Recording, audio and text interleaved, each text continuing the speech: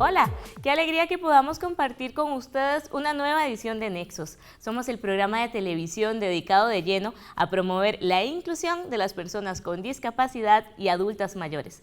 Tenemos más de 16 años al aire y si es la primera vez que se encuentra con uno de nuestros contenidos, no se preocupe, únase a nosotros en el movimiento por una sociedad con igualdad en el acceso a los derechos. Todavía nos queda mucho camino. Nosotras somos María Fernanda Jiménez y Yuri Muñoz, quienes les saludamos desde la Universidad de Costa Rica y le invitamos a acompañarnos la siguiente media hora. En la edición de hoy estaremos conversando sobre la osteogénesis imperfecta, condición que muchas personas conocen como huesos de cristal. Pero antes, conocemos los resultados de la primera encuesta nacional sobre discapacidad. En el marco del Día Nacional de la Persona con Discapacidad y el 23 aniversario de la Ley de Igualdad de Oportunidades para las Personas con Discapacidad, Ley 7600, el Instituto Nacional de Estadística y Censos, en conjunto con el Consejo Nacional de Personas con Discapacidad, CONAPDIS, presentaron los resultados de la primera encuesta nacional sobre discapacidad. Poco más de 670,000 personas se encuentran en situación de discapacidad. Esto es el 18.2% de la población. Anteriormente, la encuesta nacional de hogares estimaba que cerca del 10% de la población presentaba discapacidad, es decir, el dato casi se duplicó. La encuesta nacional de hogares no es una encuesta para medir discapacidad, es una encuesta más general. La encuesta nacional sobre discapacidad sí es para eso, sí tiene ese objetivo. Y la metodología que se utiliza es una metodología más compleja y más robusta para medir discapacidad. Con la encuesta nacional de hogares, la pregunta que se está utilizando es una pregunta que se ha utilizado a partir del 2010. El propósito de esta encuesta es dar a conocer las condiciones de vida de las personas con discapacidad para evaluar y adaptar las políticas públicas que tiene el país al respecto. En cuanto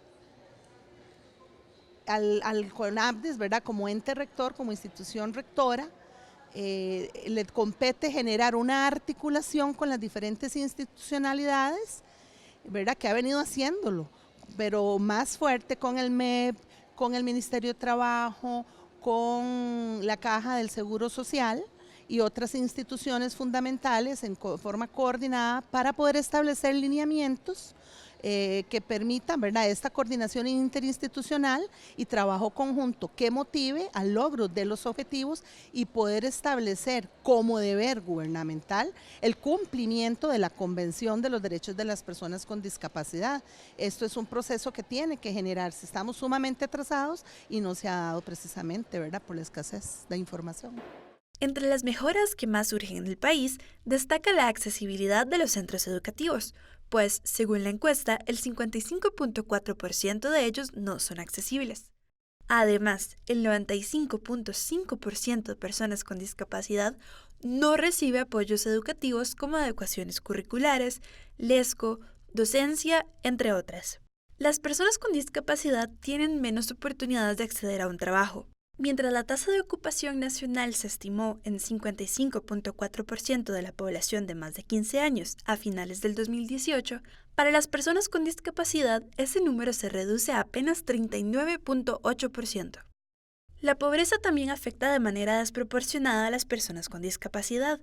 Más de la mitad de esta población se concentra en el 40% de los hogares con menores ingresos.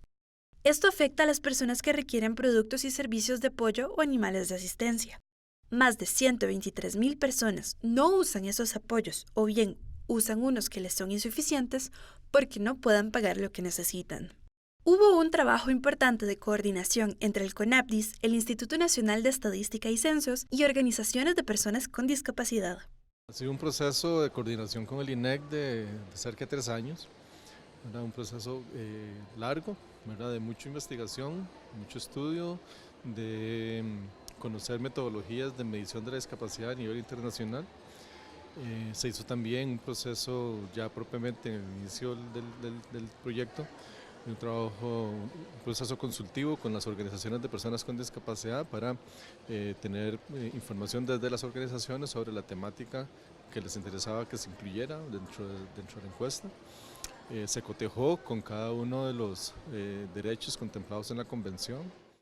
En el país existen una gran cantidad de normas que regulan y permiten la inclusión de las personas con discapacidad, pero la falta de conocimiento sobre sus necesidades dificulta que se integren a la sociedad. Hasta ahora, había una deuda histórica, puesto que no se contaban datos precisos para desarrollar políticas públicas acordes. El CONAPDIS espera que con la primera encuesta de discapacidad se avance hacia la eliminación de esas brechas. Bueno, esto es porque es muy importante tener información básica con relación a las estadísticas del tema. Anteriormente estas estadísticas no se podían tener, entonces era muy difícil tomar decisiones sobre políticas públicas y otras acciones. Entonces, en la encuesta nacional, esta información va a significar que da a la sociedad y al contexto en general, al gobierno e instituciones, la oportunidad de poder ver, ¿verdad?, a la población con discapacidad que realmente existe, qué significa, cuáles son sus especificidades y respetar, por tanto, sus derechos y darle una vida digna o la oportunidad de esta a través del acceso de diferentes tipos, por ejemplo, información, comunicación, educación, en forma efectiva. Recuerde que puede repasar esta información que arrojó la primera encuesta nacional sobre discapacidad en las redes sociales del programa, donde nos encuentra en Instagram, Facebook y YouTube como Nexos Canal 15. Ahora cambiamos de tema. Las personas con discapacidad continúan experimentando discriminación desde formas muy evidentes hasta muy sutiles, lo cual no significa menos grave, sino más difícil de identificar. En la Defensoría de los Habitantes hemos recibido muchísimas denuncias que tienen que ver con barreras arquitectónicas, problemas de accesibilidad al transporte público, a los servicios de salud, a la información y a subsidios. En el 2018, la Defensoría recibió alrededor de 414 denuncias y la mitad de ellas se referían a la restricción al acceso a la seguridad social. También, como por ejemplo, la dilación en el trámite de pensiones del régimen no contributivo. De las denuncias recibidas relacionadas con la discapacidad, el 50% fueron por mujeres y el 43% por hombres y un número muy pequeño de denuncias por que no se consignó el sexo de la persona. Ahora bien, ¿cuáles son esas causas de la discriminación que enfrentan las personas con discapacidad? En primer lugar, las actitudes que asume la sociedad para con las personas con discapacidad. Aún predominan un conjunto de prejuicios y estereotipos. Otra causa es la falta de asignación de recursos económicos para el cumplimiento de las obligaciones establecidas por la Ley 7600. Si bien la Ley 7600 dispone que todas las instituciones públicas deben emitir políticas de accesibilidad a los servicios que ofrecen, lo cierto es que a más de 20 años de la promulgación de esta ley, no todas ellas han cumplido con esta obligación. Ante constantes casos de violencia machista en las calles, la defensa personal es una herramienta valiosísima para las mujeres. En el caso de las mujeres sordas, brechas en la comunicación hacen difícil en muchas ocasiones su acceso a formación en este ámbito. Acompañamos a un grupo de mujeres sordas en su primera experiencia con un taller de defensa personal y le contamos los detalles a continuación.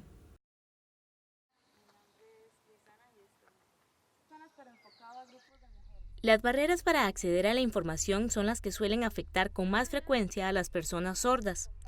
Por ello, se hace más difícil para las mujeres sordas acceder a información sobre formas de prevenir y reaccionar ante situaciones de violencia en las calles, espacios públicos, lugares de trabajo y estudio e incluso a nivel doméstico.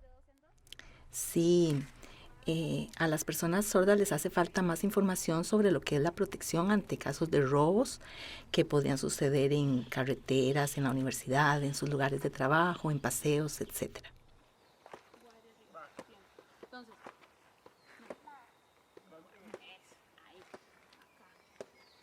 Porque las personas sordas no tienen acceso al aprendizaje sobre defensa y esto es muy importante, pues actualmente hay muchos peligros. Hay robos a mano armada todos los días. Además, esta oportunidad nos la ofrecieron gratis. Aprendimos mucho Y es muy importante, pues no hay una oferta de capacitación en otros lugares. Estamos agradecidos por ello.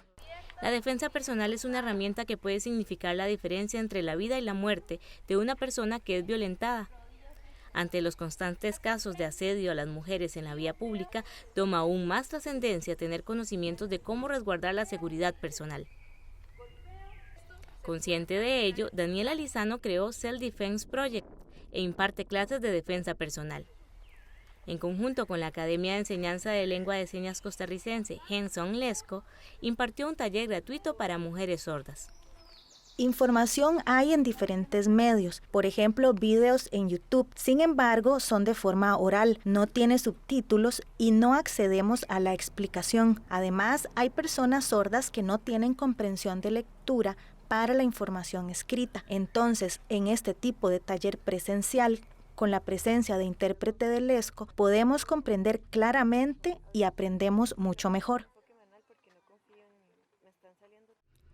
Bueno, es importante saber protegernos ante peligros que se presenten en las calles, por ejemplo, robos. Aprender defensa personal es muy importante para mantener a salvo nuestra vida. La mejor pelea es la que se evita, pero ante situaciones de agresión inevitables, conocimientos básicos sobre defensa personal son indispensables. Experiencias como este taller demuestran que es posible realizar los ajustes razonables para acercar la información a las personas usuarias de la Lesco.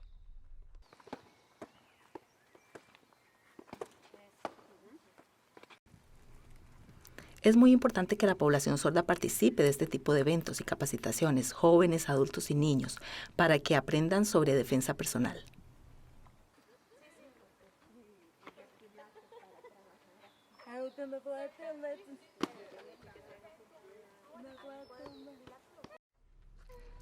Le recomiendo a las mujeres sordas que aprendan defensa personal. Es muy importante para conservar sus vidas ante los peligros que se presentan diariamente, que puedan luchar y mantenerse a salvo.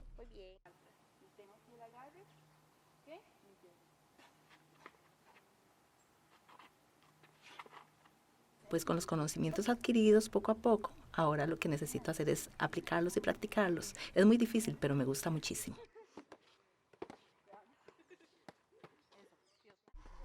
Puede conocer más de la Lesco y de cultura sorda en la página de Facebook y el canal de YouTube de Hands-On Lesco, y saber más sobre la defensa personal en Facebook e Instagram como Self Defense Project.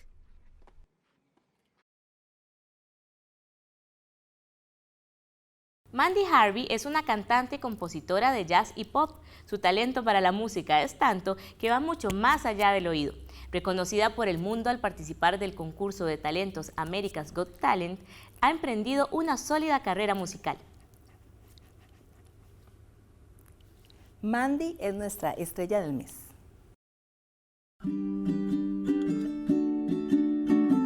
Tiene un talento excepcional y una voz que llama la atención de quien disfruta de su arte, pero sorprende aún más cuando se descubre que carece de la capacidad de escuchar. Ella es Mandy Harvey, una cantante y compositora estadounidense con sordera total, causada por un trastorno de los tejidos conectivos que deteriora las terminaciones nerviosas cuando la persona se enferma. A los 18 años, mientras estudiaba educación musical vocal en la Universidad Estatal de Colorado, una infección en el oído que se agravó hizo que su audición disminuyera progresivamente hasta perderla por completo en ambos oídos. Esto la hizo renunciar a su carrera universitaria y a la música, pero un día, su padre le propuso cantar de nuevo y a través de la memoria muscular y sintonizadores visuales, logró alcanzar los tonos correctos al cantar. Ese fue el renacimiento musical de Mandy.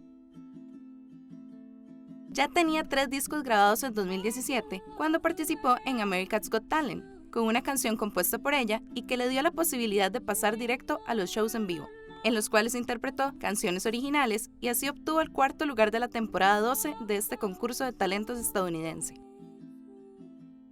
Mandy tiene su propio método para interpretar la música.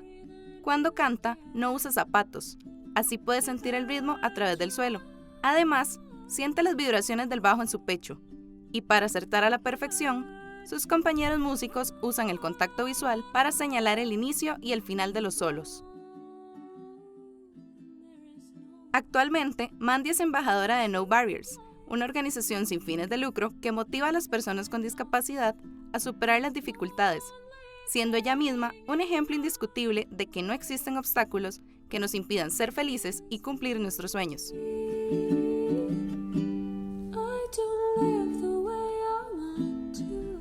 De verdad que el talento de Mandy es impresionante y su historia es súper inspiradora. Si usted tiene sugerencias de personas con discapacidad o adultas mayores que deberían ser parte de nuestra sección Estrella del Mes, cuéntenos en nuestras redes sociales. Les recuerdo que nos encuentra como Nexos Canal 15. También puede aprovechar para nutrir con sus ideas y consultas nuestros espacios digitales. Nexos lo construimos juntos. Ahora es momento de conocer una nueva seña de la LESCO. Carnicero.